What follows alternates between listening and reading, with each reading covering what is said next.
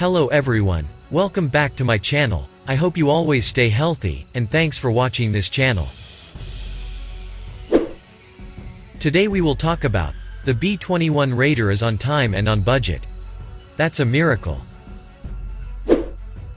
A key lawmaker overseeing Pentagon spending says the new B-21 Raider bomber is a military procurement success story. The B-21 will replace the B-1 and B-2 bombers starting in the late 2020s. The first B-21 bomber is scheduled to take flight in 2022. The U.S. Air Force's forthcoming B-21 Raider bomber isn't only on budget, it's also, mostly, on time.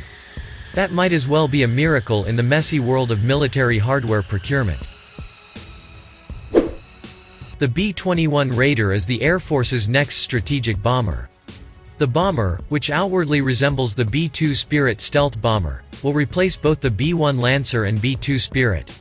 The B-21 will be a dual-capable bomber, which means it can carry either nuclear or conventional weapons. The Air Force plans to buy at least 100 of the planes for a maximum of $665 million.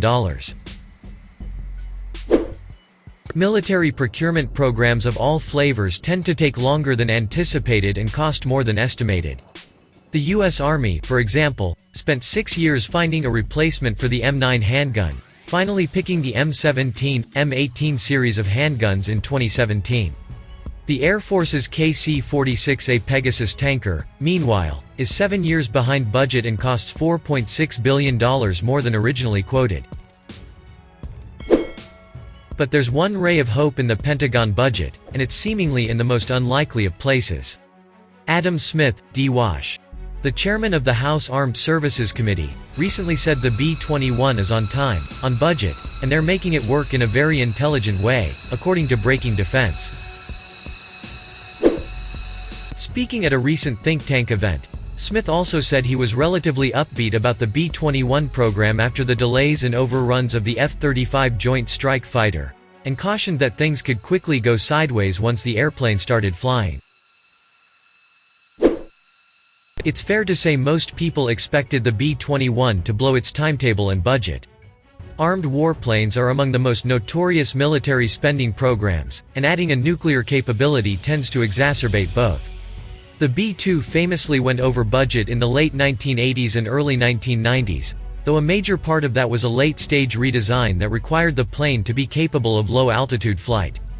As a result of the redesign, and the end of the Cold War, the B-2 fleet went from a planned 132 aircraft to just 21. While the B-21 has slipped a tiny bit, the first Raider was supposed to fly in December 2021, and it's now scheduled for sometime in 2022. The plane has also stayed on budget, and that's the more important thing. The Air Force plans to buy 100 B-21s, but would really like 220 of the bombers.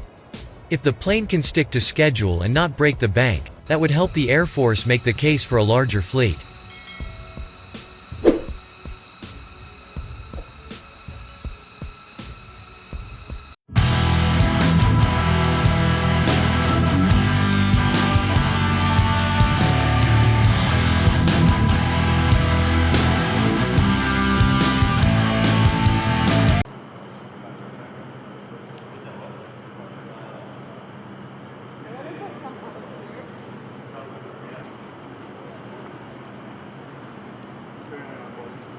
Forward!